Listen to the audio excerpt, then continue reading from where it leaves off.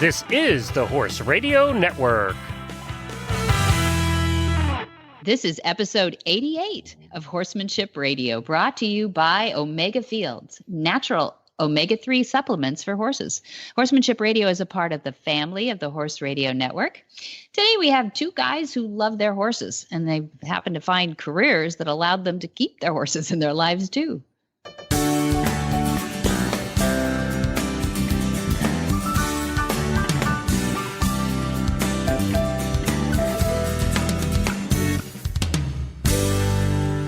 This is Debbie Laux, and you're listening to the Horsemanship Radio. Thank you for joining us. Horsemanship Radio airs on the 1st and the 15th of the month. And I, of course, have my producer, Coach Jen, with me today. Hi, Jen. Hello, Debbie. How's springtime treating you? Oh, my gosh. It's just been great here. It's so fun. We've had, we were just past all the rains and everything. That happened for like 3 days. And the poppies this year, and everything is just going great. A few more flies too. Okay, there's always the downside, but it's beautiful here. How about there?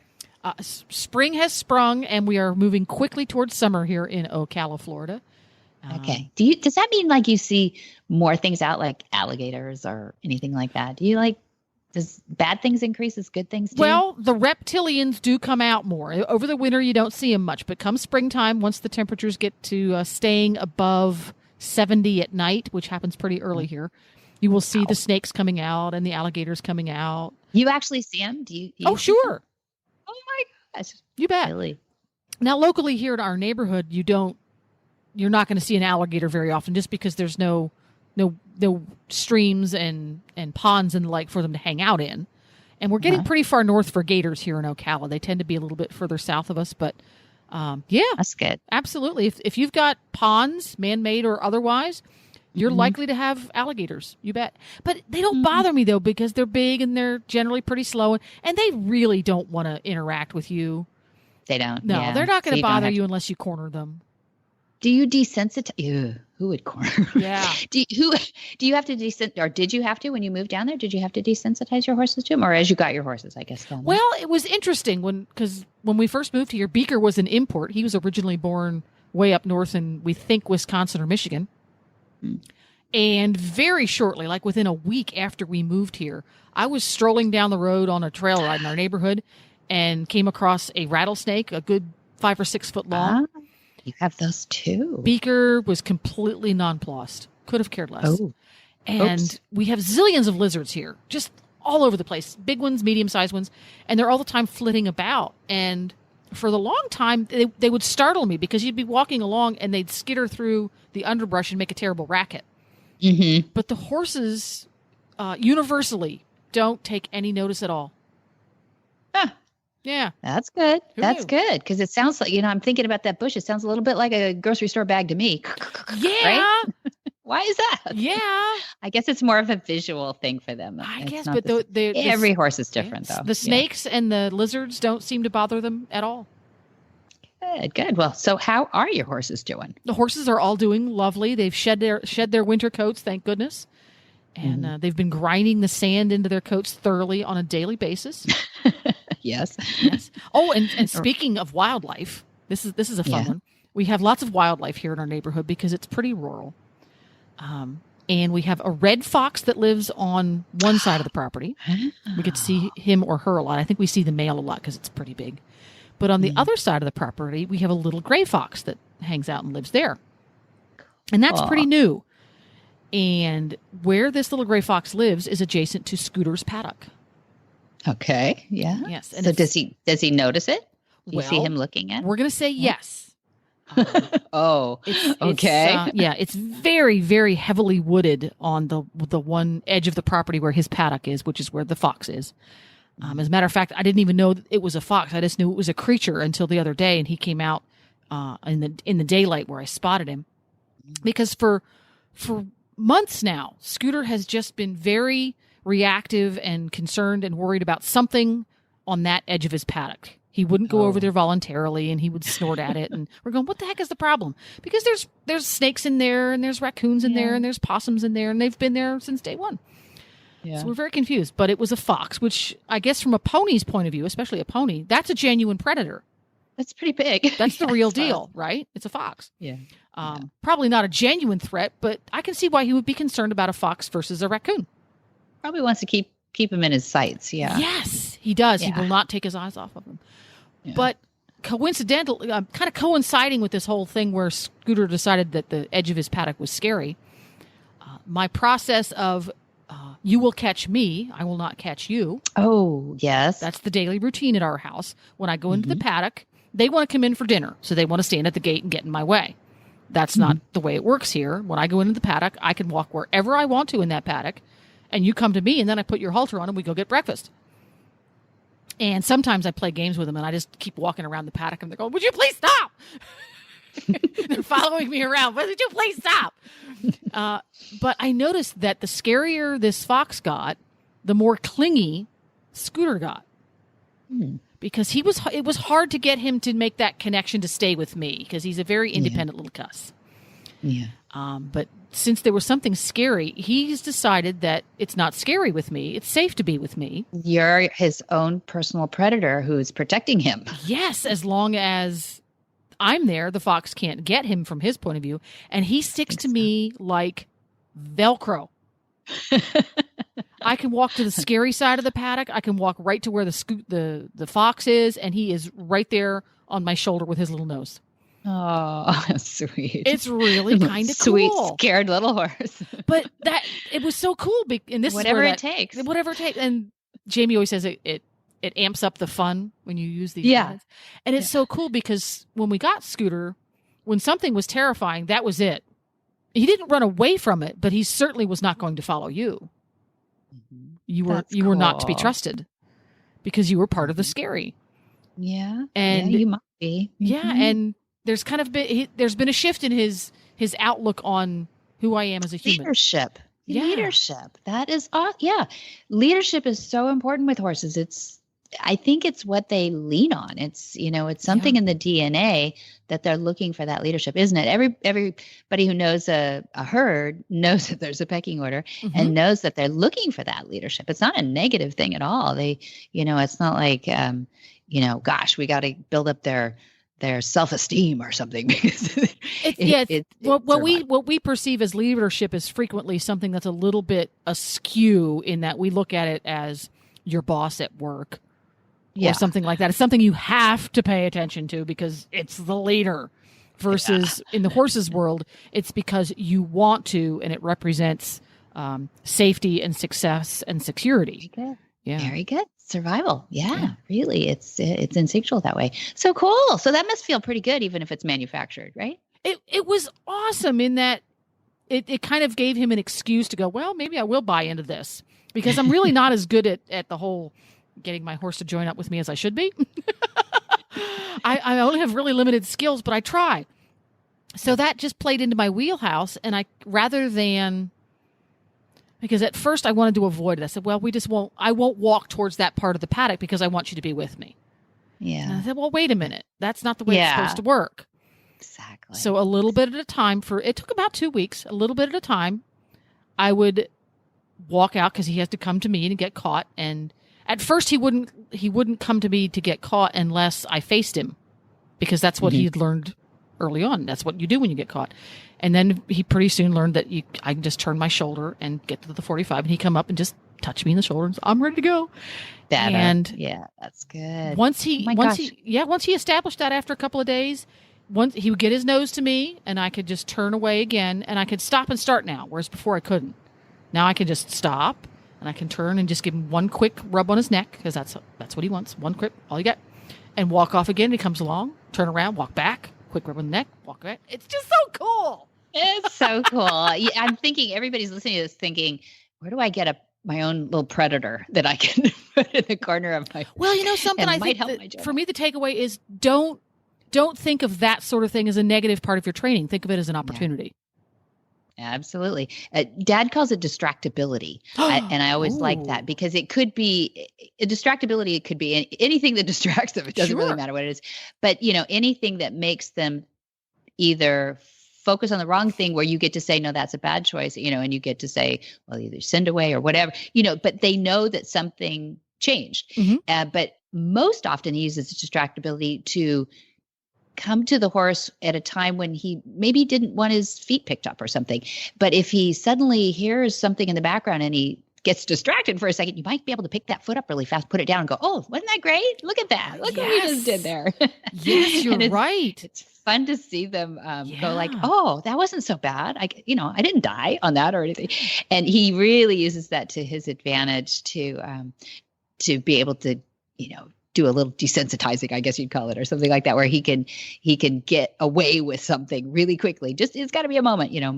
But that's exactly, that's a perfect example, I think, of really getting the Velcro out of your joint up by him wanting to cling to you a little bit more. But that's his way of saying, hey, I trust you too. So which that was kind of cool.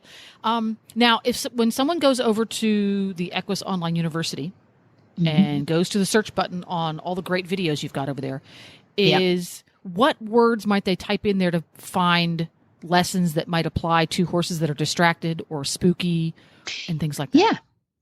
Both of those. Spooky, you're going to get a lot on because there's just so many. Horses are so good at it. Yeah, they're so good at it. A lot of horses with spooky. But I would use distractibility or, some form of it. Our search is not as great as algorithms in Google, I suppose. But if you put something that is spelled, like that, you'll get it. Spooky for sure. You'll get a lot. What I love about the search button too is it breaks it out between the first group that it finds it in. It will be all the lessons. Then the second group it'll find it in, and it'll show you right there on the page. It will be the Q&As. And then the last one is the forum. So you can say, I wanted to see all the lessons. So if you put distractibility in there, you'll see where Monty says it. Now, maybe in the forum, they don't use the word as much, so you might not see so many. But you put spooky in there, big columns on all three groups. Yeah. But that's a great suggestion actually, is to if you find words that Monty uses a lot, excuse me, like distractibility or, there's some words that are kind of unique to him. And so a lot of it is getting around the Equus Online University a lot, or listening to this show too, because I try to use the same words that he uses without describing them, just so you. So today's show is brought to you by the word distractibility. That's it. I love that. That's right. And you know what? Actually, that's not a bad thing, because we actually are talking to a couple of guys today that one, he has to bomb-proof his horse to get his job.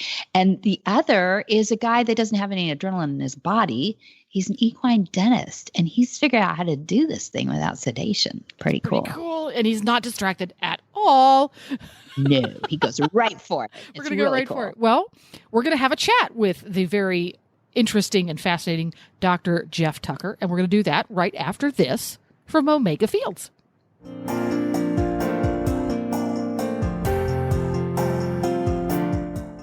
Your horse is your partner in sport, in leisure, and just in life. To keep him at his peak performance and optimal health, a solid nutritional foundation is key. Ideally, horses are able to graze fresh, growing grasses, which most closely mimic their natural diet. But that may not always be possible, and we may need to supply some of those missing ingredients in today's diets and provide more functional foods. One component of a horse's diet that is often underfed are omega-3 fatty acids. While more prevalent in fresh forages, harvested forages are lower in omega-3 fatty acids due to their more advanced maturity. Obviously, grasses and legumes have to grow to a sufficient height in order to be harvested, while foraging patterns of horses show great preference for shorter, less mature plants. That's why modern horsemen and horsewomen trust Omega Horseshine to provide a powerful, bountiful source of omega-3 fatty acids for their equine partners. Look for Omega Horseshine from Omega Fields at your local tack and feed supplier, or you can find them online at omegafields.com.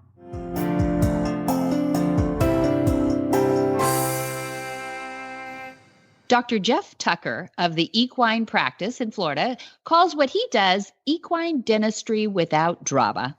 He has performed his techniques on tens of thousands of horses, and most without sedation. He's also founded a horsemanship dentistry school we want to talk about to teach how to connect with horses and start filing their teeth in the first 30 seconds. Well, welcome, Dr. Tucker. It's been a while since Monty and I met you in Florida and got to see your work. How's business? I'm just so grateful that you remembered me. That was back in 2009, December. And it's just been a long time. And my arm was in a sling that year, so you never really saw me work. That's right. But I'm going all over the country. I get as far out as Seattle now and Louisiana. And I've been in Michigan and Vermont and, Massachusetts and Vermont, New York. Been in like 16 states so far this year. People love horsemanship. I'm so grateful that you guys are a promoter of horsemanship. And I just love to throw in my 2 bits to ride on your coattails because you guys are so important to preserving and maintaining horsemanship, Debbie. I'm so grateful for you and your dad. Well, thank you. Thank you for adding that. That's really nice. Well, we advocate for the horses here, and you're on the team because what you're doing, people are going to want to know straight out of the chute. So what is it that you can walk up, connect with the horse, and start filing on their teeth in the same moment? That brings up a quick story. When I met your dad for the first time, I told him, I don't have 30 days. I don't have 30 minutes. I have 30 seconds to walk up to a strange horse I've never met before, assuming that he's halter broke, and get my hand in the horse's mouth, explore it in a steel file to start floating the teeth. And this seems to baffle people that it seems so impossible or unbelievable. But in reality, it's all about horsemanship skills. And it's just like if I walked up to you, Deb, and I started taking your boot off, and you're going to think I'm a nut job. You're, calling the cops, pulling out your shank. You're going to, whatever, until I use some sort of skills to get that first boot off and drop the pebbles out. And then I put the boot back on, and you say, oh, wow, this feels so much better. Gee, can you do my other one? Yeah. We don't even know each other's names yet, and yet you become a willing partner. Yeah. And that's part of the secret, but I got to be, I'm going to let out a little secret. Okay. I'm selling people the real gimmick for horsemanship. It's so simple. Send me $50. I'll send you a box, and you unwrap the box, and you pull out this full-length mirror and put it up on the wall. And you know where this is going. Yeah. And whenever you have a problem with a horse, it's usually you, because there's nobody, no person, no horse, no thing on this planet that you can change. It's impossible. The only thing that you can change is yourself.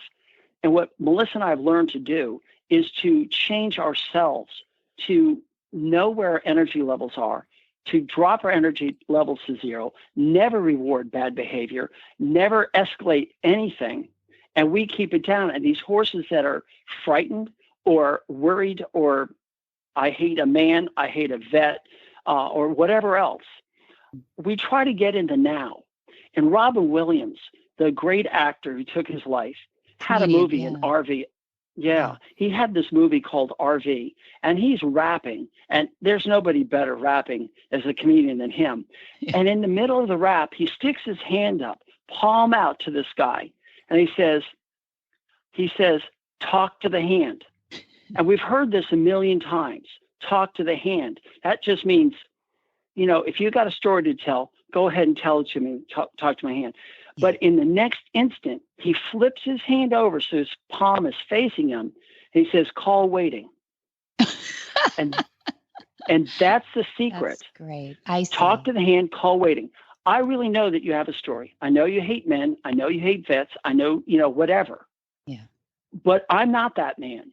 And that is in that moment. And we're going to focus on the now, because there really is, in the realm of time, nothing in the past and nothing in the future. It is only the very moment that we're in.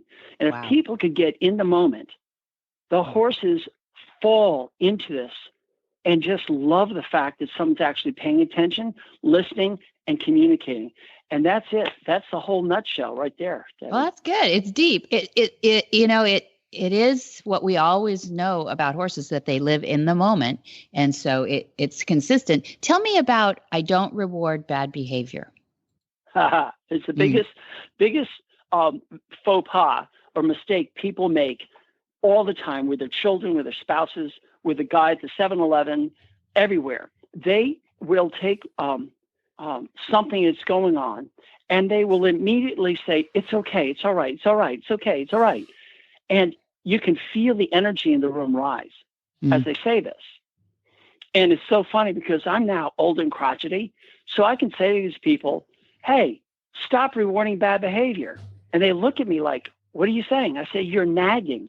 And there's not a person on the planet who likes to be nagged, nor does your horse like to be nagged. And once they suddenly understand that they truly are nagging and they stop, all of a sudden the horse is like, it's like the wind is taken out of their sails and they just like come to rest. Yeah. And so when a horse rears up or does something like escalates, we never say, it's okay, boy, settle down, it's all right. We just see nothing and do nothing. And we wait until the horse comes back to us. And when he does, then we reward good behavior. Say, good job. Let's keep moving on. Yeah. It's so true leadership. That's all it is. It's true leadership. Good. And so you're really expedient about it. You move like you're in heavy oil, that you keep on working. And is it a little bit like he who moves the feet wins? Is it one of those moments? Do they know that? I don't get it that complicated. That reminds me of dance class, and I hated dancing. We won't go there then. Well, we are already either moving in the stall or there's some sort of activity, some action, head's going up, he's crushing, he's breathing harder, whatever it is. It's up to me to understand why he's doing that. Is it something I'm doing to the horse that's creating this? Is there another way I can approach it? We have something called plan A, plan B, plan C. And we as horsemen have to have at least 3 different ways of doing the same thing and assume that, hey, if you don't like plan A, let's try plan B. It's up to us to do the leadership here. We can't react to him reacting. As soon as we do, then all bets are off because now he's going to say, oh, well, good, let me play this game and I'll take it up a notch. And then everybody loses. And you see this all the time from professionals down to just basic, horse owners, non-professionals. They react to. And Stephen Covey said in 7 Habits of Highly Effective People, there is a moment of time where an event occurs, and there's a moment of time where you have a reaction to that event. And it's that space between those 2 moments that's everything. And what you do in that moment will decide whether you're going to be successful or not. And that's what every horse person has to look at, that moment between a reaction or an action and your reaction. And if your reaction is congruent to the desired outcome that you want, the horse will get there. And as you do this over and over and over again, it gets easier and easier and easier. In fact, it's fun. It's even fun. I love that about you. You love what you do, and that's why you've done it for so long and so well. So, but here's what I'm picturing, and I've seen you do this. So, but I didn't see you with an owner around, and I was just thinking, your your title is your Equine Dentistry Without Drama, which I love. I mean, what horse person wouldn't that appeal to?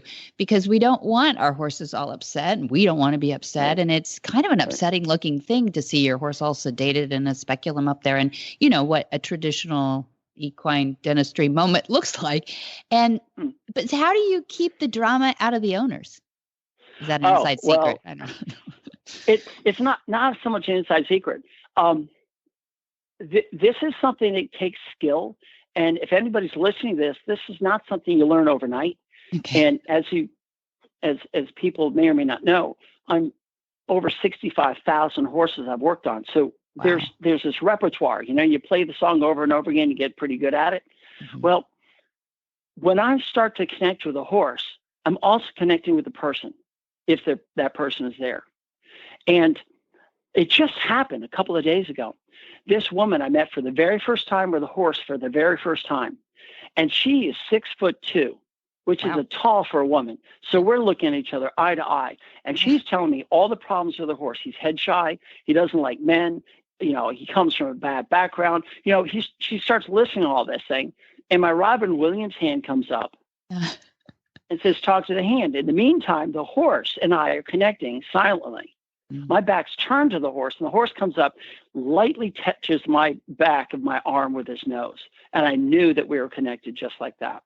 So now it's a horse owner more than the horse. Yeah. And so when the lady got done with her talking, And I said to her, that's great. I understand that, but this is going to be different. This is the moment that we're working in. I turned to the horse and I silently say to the horse, this is going to be fun. And the horse is always like, yeah, she's a nut job. Hope she doesn't listen to this. Yeah. Well, no, it's not so much. He said, the horse basically said, look, I love the owner. She gives me food. This is great. But really, I've been looking for somebody who I can talk to. And the smarter the horse is, the more they want a communication. And so many people hate thoroughbreds because thoroughbreds communicate as better than almost any other breed out there. And that scares people. And so this horse and I said, this is what I'm going to do. I'm going to start over here on the lower right side. And the horse says, okay, a little bit of hesitation. And I take that off and he says, oh, that's not so bad. He senses my confidence. And confidence is really important. And confidence, good leaders are confident. They may be wrong, but as long as they're confident, people will follow them. But if you do this enough times, you're more right than wrong. Right. So anyway, by the time I was done, the lady was almost in tears in disbelief that I could do this without drugs. And the horse stood there, and the horse came back up to me, said, thank you, touching me, didn't run off. Just all the things that nobody expected to happen. Yeah, counterintuitive. Counterintuitive. You see it 65,000 now. I'd love to bring in one of your customers here. Jen, is Jen Hebert on the call now? She told me a story right before we started this interview without you on the phone about you working on Nigel. Now, because everything you've said so far sounds perfect. I mean, I can hear the phones ringing, right? Like I want a dentist like that. But some people might be thinking it sounds too good to be true. And Jennifer told me that you worked on Nigel. Tell me, Jen.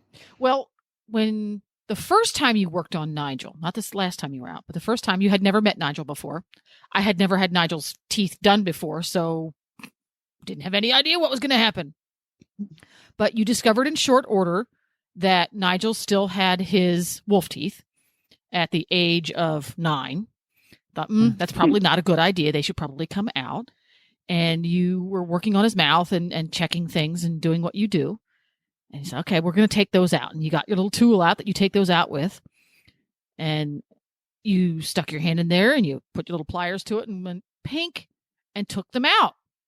Now, it was a bit of an effort, but then Dr. Tucker is built a little bit like Arnold Schwarzenegger, so it wasn't a whole lot of effort for him. For a normal human being, probably was. But it was very interesting because when I relayed this to other people, they were utterly shocked and disbelief and offended and irate because you would be so cruel to this horse as to pull out a wolf tooth without sedating the horse first. And I watched it. I was standing there watching this whole thing. And all the while, you did both of them. And all the while, Nigel was just standing there looking at you. It's like, okay, pull that out. Obviously, if he was in pain, if he was distressed, if he was upset, he would have told us.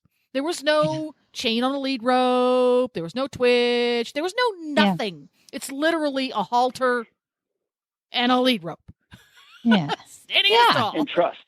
And trust. Yeah. And it's very interesting to me because we have been so trained by the medical community and the miracle of sedation and the miracle of painkillers that it is cruel to not use those. And it's not necessarily the case. It's not necessarily required. The horse will tell you if he's in pain, and he didn't tell me. Now, you gave him some... Go ahead. And I had the drugs right there, and I make money if I give drugs. Yeah. I could have dipped in your purse more. Yeah. And you had brought the little bottle out, and you put it in your pocket, and it's like, well, we'll see if we need this. And for the second tooth, you said, this tooth is not as loose as the other one. So you gave him a painkiller, and he said, and it wasn't a sedative. I guess it's different. And huge difference. It's huge difference. You gave him a painkiller, and he didn't drop his head and go all sleepy-leapy. And not 10 minutes after you were finished working on him, you filed his teeth and you pulled those two wolf teeth out. He went over and he was nibbling. He was just munching down on his hay. Really? Wow. He just stuffing his face full of hay in the hay net. So I love that. So you've covered a huge point, which is how does the horse act afterward? And, was he happy with the whole situation? Is he relaxed enough to go eat again? That's huge. He was perfectly content, as if nothing had ever happened in his day. It didn't look drugged either. No, and no. And they don't get all that. You don't lose a day like that too. The other thing you brought up though is you said that Jeff looks like Arnold Schwarzenegger. He is a big guy. We'll put your picture up there, Jeff. We got a cute photo with you. Thank you for the photo with the horse. A picture up of Melissa, because Melissa. That's what I was going to ask size. You. Well, she's tiny. It has nothing to do with strength. Nothing. Yeah. So tell us about Melissa. Melissa's been with you 8+ years now or something? It'll be 8 years this September. That's right. So I had it wrong, but it's whatever. It's 2009 when I saw. So that's coming up on 8. Yeah. She's up to about 12,500 horses on her own, which is just a huge number. And if you ever read the book Outliers by Malcolm Gladwell, which is a great book if you never read it, he proposes that when people do things 10,000 times, they now become an outlier. They're well beyond just flying the plane. They're now can land the plane on water, that type thing. Gotcha. So she's an outlier now. She can handle just about any horse that comes her way. And together we looked up in the year 2016, all the horses that we did. And the statistics came in as 3 horses out of every 100 that we saw, that's 3%, received medications. The other 97%, no medications. And why do you think that is? Is that because they horsemanship skills? Thank you. Horsemanship skills. Mm-hmm. Let's just cut to the chase. And honestly, I think in the veterinary profession, the students are overwhelmed in school. They are being taught so much, from how to turn the machine on, to how to read the machines, that they're not even given a chance to figure out what the horse is. And so there's a safety factor. And I think the schools are trying to promote safety by saying just drug every horse to do whatever you have to do. Sure. It's a CYA, we call it. Cover your pocket. Yeah. I think so too. And you started a school. I think you should tell people about that. You've got a school now for horsemanship dentistry school. Yeah. I feel it like my mission in life is to preserve horsemanship as it is used in dentistry, because we have to realize, and I know you guys are a big fan of the Brook, which is the organization that helps traction animals, beasts of burden throughout the world. Right. And according to them, there's about 100 million horses, asses, and mules. Mm-hmm. And I'm not sure if it's somewhere between 6.5 to 10 million of those are in the United States. So we're talking 90 million horses, asses, and mules in the world, with Ethiopia being the country that has the most animals than any other country in the world. And these people don't have the ability to have power tools and drugs. So my horsemanshipdentistry.com is all about reaching people throughout the world, giving them an opportunity to provide this type of care. And all they have to do is somehow get a sharp blade in there. I'll show them all the techniques of how to approach a horse that's never been worked on before, and get the very back teeth using about 24 different techniques that we have inside the horse's mouth. And we get every point. And the horses just melt. I mean, I did 14 horses today. I didn't have to drug one. Not there one. You go. Look at that. That is, I just got chills. That's like Doctors Without Borders, people. That's really fun. Yeah. What a great thing for volunteers. So everyone's all up in arms about, in America, you can't teach non-veterinarians how to float teeth and this, and you can't teach it online. Well, the people who've come through the school and done the whole thing, horsemanship dentistry school, walk away just stunned in disbelief that they actually did what I said that they could do. They're just stunned, and it's such a grateful. So you could go home and do your own horses, at least. I mean, don't worry about it. It's your own horses, but I don't want you to be out of job. I want you to stay in there. We need you. Yeah, thanks. That seems to be working okay so far. Oh, good. Yeah, that's why you had 14 today. That's right. Well, but I'd like to find enough people and set them up throughout the United States, if not the world. I'd like to get a movement of horsemanship dentistry going. It's one of my goals, kind of like what Monty does. He's trying to get a movement going of people learning how to take care of a horse the right way. And so, Absolutely. this is just the teeth part. All right, let's get. Have you approached the brook about this? No. Let's do that. We are going to talk. We're going to talk. I really think this would be something fun. I mean, we're working now in Guatemala. Dad went to India. You know, there are lots of places that we can talk about that need your help. So, and they're all full of working equids. Working equids is what they call them, because that's the tractor, you know, in Ethiopia, and India and Guatemala. So, when we're advocating for those horses' health and well-being. So, thank you.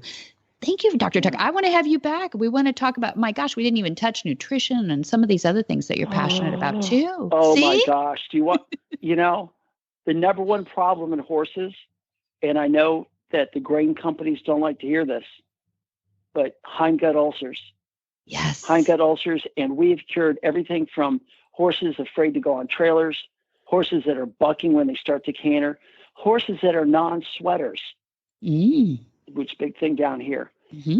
All of it just ends between 4 and 14 days off no grain.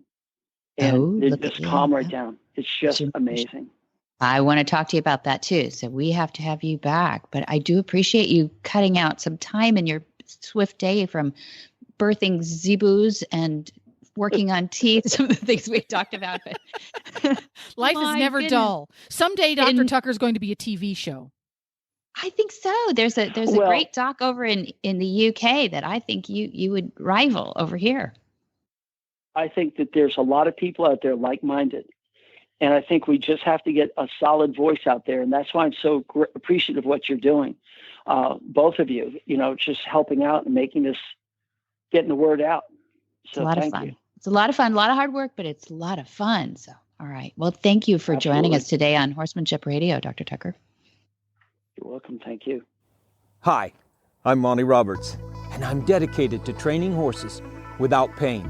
You can learn to do it too on my Equine Online University. Western, English, the beginner, or the advanced rider, it doesn't matter. You can connect with other students online too, on our forum, and there's a new lesson every week. It's a lifetime of learning for you on my Equine Online University at montyroberts.com. Brent Slutsky gets to hang out in Malibu on his Mustang Duke.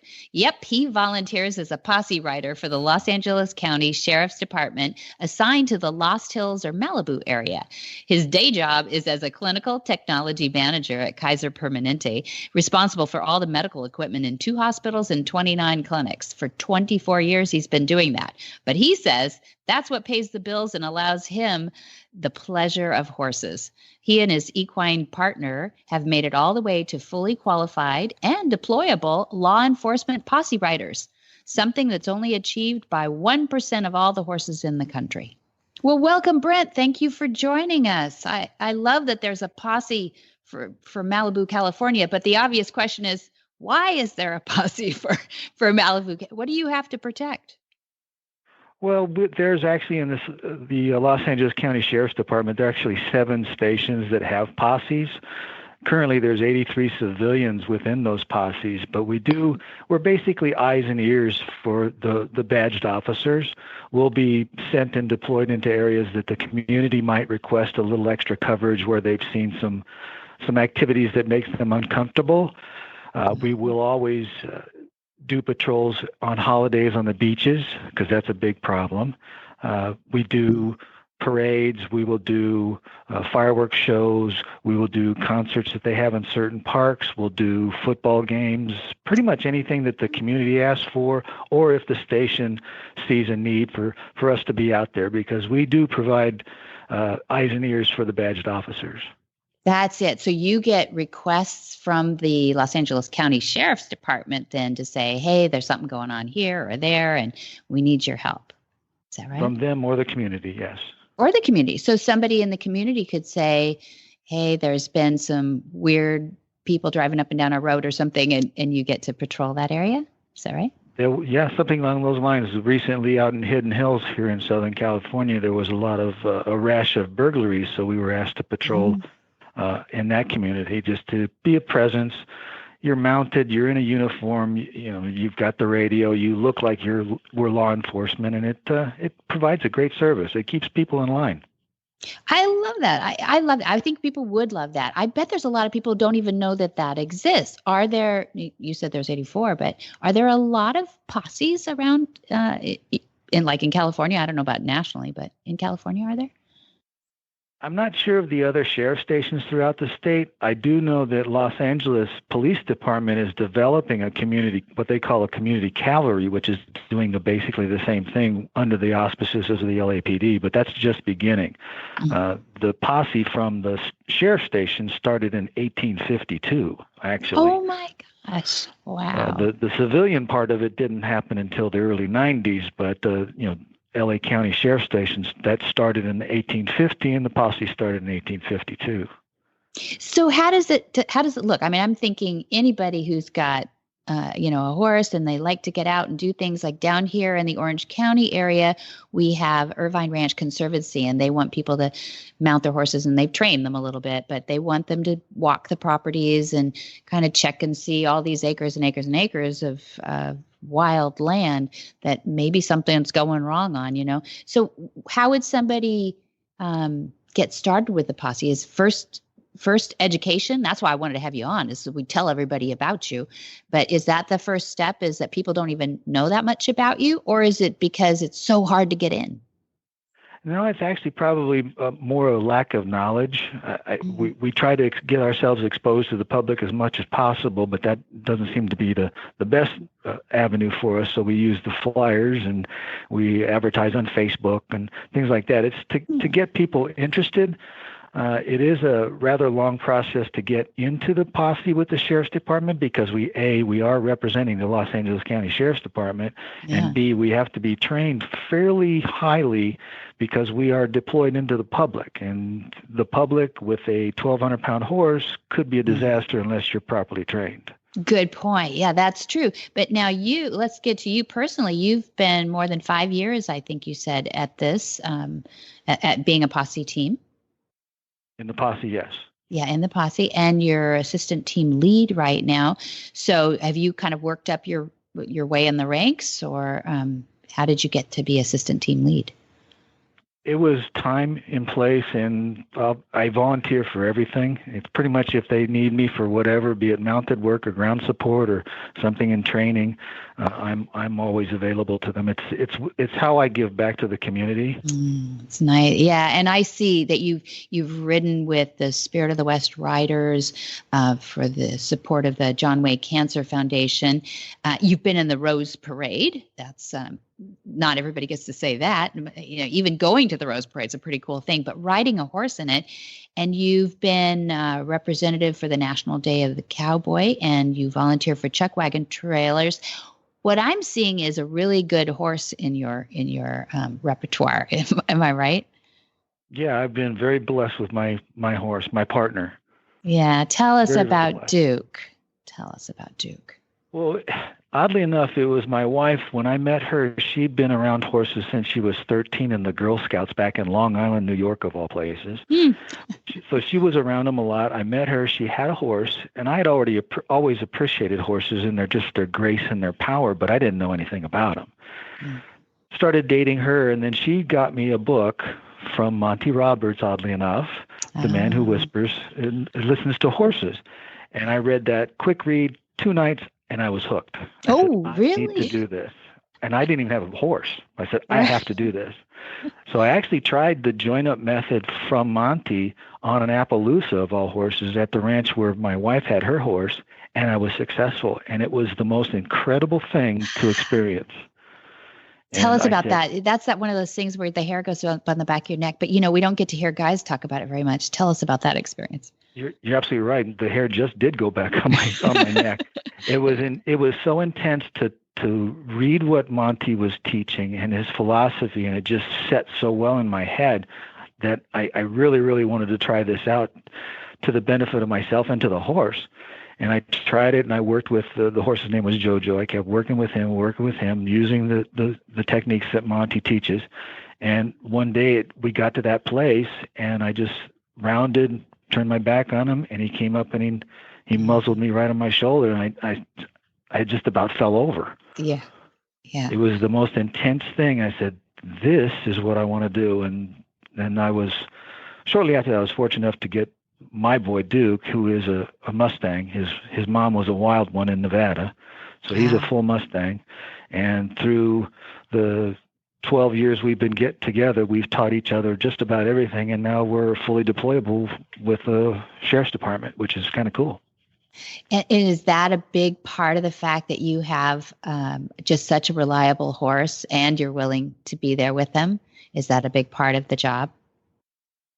Oh, yeah, there's a big time commitment, a big time commitment. You have to obviously go through a lot of training with the animal, and you're learning at the same time. And thankfully, I had that foundation with Monty Roberts that I use continually. Now, all the people that I've run across within the posse, with the sheriff's department at least, use the same natural horsemanship type of philosophy. So we're all teaching the same type of thing to our horses.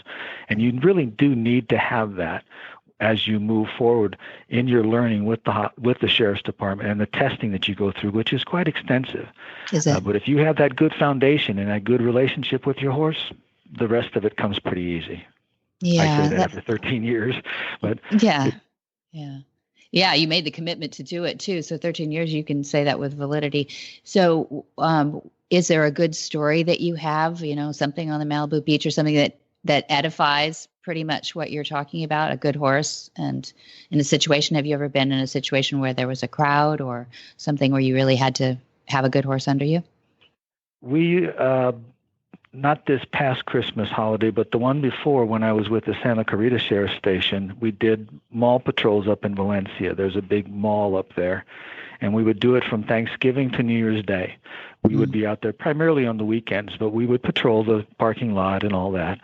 And they always said there was no auto burglaries the whole time we were there. It was something that we were very proud of. But you're involved with an awful lot of people, and you're also dealing with a lot of traffic. So your horse has to be comfortable with that. And a lot of our training is desensitizing them, getting used to these type of things where cars going by, horns honking, radios blaring, those type of things are basic proficiency test stuff that we have to do. And then when you're around people, they have to be comfortable with people, because we're such a great benign interface between law enforcement and the public. And deputies tell me all the time that nobody ever asked to pet my squad car, but they always want to pet the horses. So, and it's great for the little kids, the medium-sized kids, and even the older kids. There's something approachable about a horse. And then if your horse has been trained appropriately, they react properly to the crowds, and it's not too much of a challenge there. Right. Exactly. Yeah. Thank you. Yeah. Yeah. Right. Because, the Rose Parade, I think, would be the ultimate test of having so many, we like to call people carnivores, right? The horses know that we pretty much are the predators in the food chain. And I can't even imagine. What was that experience like? Well, the Rose Parade certainly is not a first parade for anybody. You have to have some mileage underneath your belt, and we've been through a number of different parades, and we've never really had a problem. After going through the training with the sheriff's department, the sensory that we went through, the parade was kind of a nothing to him. He handled it very, very well.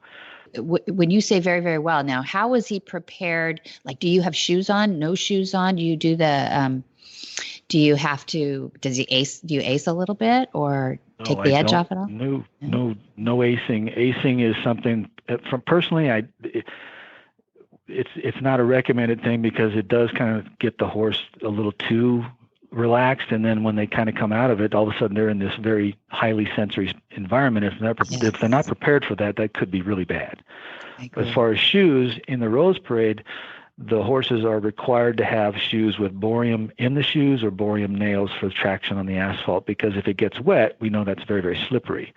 That's required in the Rose Parade. More community parades, it's kind of whatever you feel comfortable with. I have shoes with borium nails on anything I do in asphalt. That's just how I handle it. Mm-hmm. Mm-hmm. So when you're on the beach, is there any issues with feet? Do you have to stay in the wet sand, or do you, a lot of people never get. They're fine on the beach. Yeah, that's Yeah, they're great. fine. It's the first time they're a little weird. They're a little hesitant because it's not as solid as the ground. Of course, Right. there's a little give to it. So it takes a little while for them to get used to it. And I remember when we went down for training with Duke the first time he saw it, he'd never seen the ocean before. Right. He was amazed at this huge thing out there that was making noise at him. It was fascinating to watch. But he got over that real quick. Did he? Yeah, because it is almost vertigo for some of those horses when you're walking toward the waves. That wave is rolling at them, and then the tide is going out. Anybody who's had a horse on a beach, that tide going out feels to them a little bit like the ground is going out from under them. Yet there's this roll coming at them. It's a lot to ask. We're not allowed to go into the water. Darn. We can go. I know. But we're. It's the only way you can ride your horse on the beach, at least in Southern California, is you have to be with the sheriff's department. That's the only way you can do that. And it's only a few beaches that we patrol, but it's the only way you can get to ride your horses on the beach. And of course, when the public sees that, that's a big deal. I bet you're a big draw down there. So do you have to watch for people coming up behind you and being silly or do anything like that? Yeah, you definitely need to be aware of your surroundings. They always teach us that. Be aware of what's going on. And there's certain things when we go, if we were to contact a citizen for whatever reason, there's ways that we position our horses so we can cover and watch the behind the other rider, and they can watch behind us. And then, of course, we are also there to support and protect the officer as well. Yeah, that's right. I bet they appreciate you. You sound like such a nice gentleman too, Brent. I hope I get to meet you in person. I know you're not too far away from us. I'm really glad I saw you up on that Starbucks little billboard that they have, that you're looking for Posse riders too. And it is a big commitment. But tell us, man, I've got a great group of listeners and some in California, and they'd love to know a little bit more about how do you get this job? It's not a job. It's pretty volunteer job. It's an experience, and it's a wonderful experience. It's pretty simple. We do require you have your own horse because you will train with that horse, and you will be evaluated and deployable with that horse. You can't just show up with any old horse to a deployment. You have to go through specific training and specific testing with that horse. Mm-hmm. You need to have a pretty free access to a truck and trailer. Ideally, your own truck and trailer, but if you don't, free and ready access to it. Then it's a case of contacting your local sheriff station. In our case, it would be Lost Hills, Malibu, but there's Lomita, there's Altadena Industries, San Dimas, Temple, Palmdale. Any one of those stations, call them up, say, I'm interested. They'll get you started through their recruitment process. If you get through that recruitment process, then you go through, and the first testing that you go through is basic proficiency. Can you saddle your horse properly and safely? Can you put the bridle and the bit in appropriately and safely? It's all safety. Can you turn your horse on the forehand? Can you turn your horse on the haunches? Can anybody lead your horse? Can you back it straight? That's all just ground stuff. Mm-hmm. Then you're mounted. You'll do a slalom course at the walk trot, and then you'll go down to the canter. You'll do a one-range stop. Then you go to what we call the U, which scares everybody. It's a tough one where you walk in straight, side pass over, back out, go back in, side pass the other direction, come back out halfway, turn around within the delineators without knocking him over, and come back out. People really struggle with that. Yeah. Then we go, after that, we get into the middle of the arena. They send in a radio car, get the lights going and the siren going, and they will drive around you. And your horses can look, but your horse needs to maintain its position. Gotcha. Then we go to the street. We will walk up and down the street, and they will have cars driving by, honking their horns and radios playing and people yelling and being obnoxious. If you get through all that, that's your basic proficiency skills. That's your basic proficiency test. Then you can be deployed into rural trail deployments. You can't go into public things. You can't do mall patrol or concerts in the park or anything like that. That's a whole nother set of training, which is a 40-hour training and testing period. And it is 40 hours, 2.5 weekends. And it's pretty intense. And it goes through all sorts of sensory things, horsemanship skills, and all this has to be demonstrated. And if you pass that, then you're fully deployable. So it's about 2 years in most cases to get through all that. Some people go quicker, but sometimes it takes 2 years to get your horse ready to go through these things. Mm-hmm. Yeah, because if you had a job, that's about all your vacation time right there too. So you gotta... it's tough. I mean, you have to want to do it, but it is such a wonderful feeling when you're out there and you're representing the sheriff's department and people are talking to you and you can share these wonderful stories and everybody likes you because you got the horse. It's great. And you're a great ambassador for our brave policemen these days too. So, I love that they've embraced you guys and use you as eyes and ears out there too, and that you represent them well. That's awesome. We get a tremendous amount of support from our local sheriff's departments. I believe you. I think that sounds wonderful. I can't imagine anybody who wanted to get your horse out, do some volunteer work anyway, and is willing to go through all this work to get it done. What a challenge for you and your horse, and what a great way to represent horses out there with good horsemanship. It's a perfect melding, I think, Brent, and I really appreciate that you're doing that for us in our Los Angeles area. Heaven knows those Malibu, that you don't see any Baywatch babes out there or anything when you're on the beach, do you? I bet you do. Not Baywatch, no. But no? There's plenty of babes out there. Yes. Malibu we're on duty. Of course you are. That's right. You've got blinders on, you and Duke too. Well, thank you. Yeah.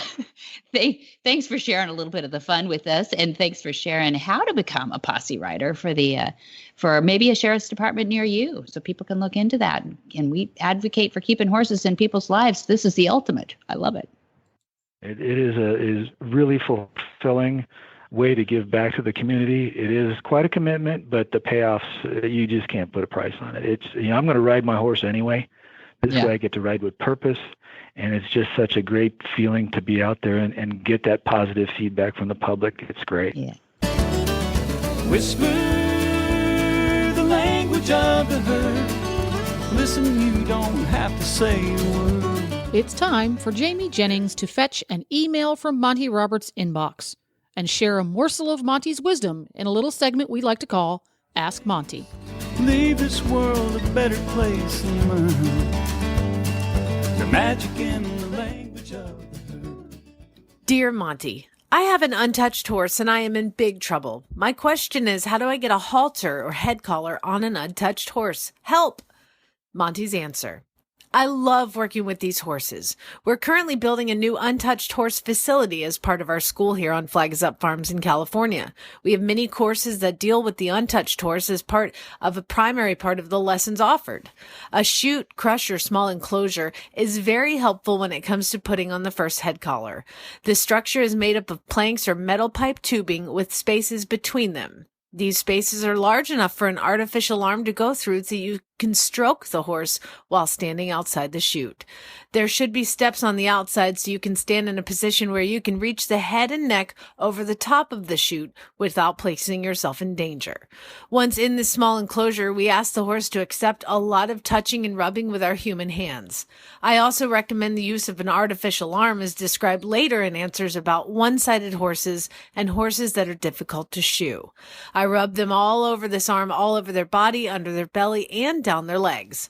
Having accomplished these procedures, I then begin to touch the horse's head and neck and introduce him to the halter while he is standing in the chute. There is a logical process to be followed after the first halter has been put on. This is well covered in the DVD, You and Your Wild Horse. It is crucial that one stays in a safe position at all times while working with untouched horses. Ian Vandenberg and Kelly Marks work together as instructors in My Concepts in England. They have devised a clever system that uses a forked stick with a hook on it to put the halter on an untouched horse. It is quite something to see and very effective.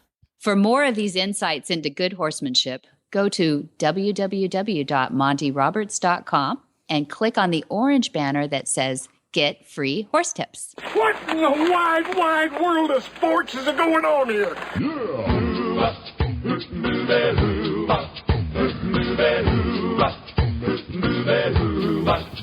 Where in the world is Monty Roberts? Monty is looking forward to meeting some new friends, two-legged and four-legged. It's a big summer. July 10 through 21, we have our Gentling Wild Horses course, and that's for all levels, and it goes for 2 weeks. It's unbelievable, really fun. July 31st to August 4th is Monty's special training in California at Flag Is Up Farms, and that's one where we just keep bringing horses into the round pen, and he keeps working with the issues of the day as he sees them. It's a lot of fun, and people come from all over the world. There will also be a Portuguese translation as part of that. Cool. And you can find all of this and more at montyroberts.com, or you can give him a call at Flag Is Up Farm. The phone number there is 805-688-6288. And for details about today's show, you can find those at horsemanshipradio.com, where we'll have links to today's guests, photos, and more information. And we love your feedback. You can do that on Facebook. Just follow Monty on Facebook by typing in Monty Roberts. And you can also follow him on Twitter.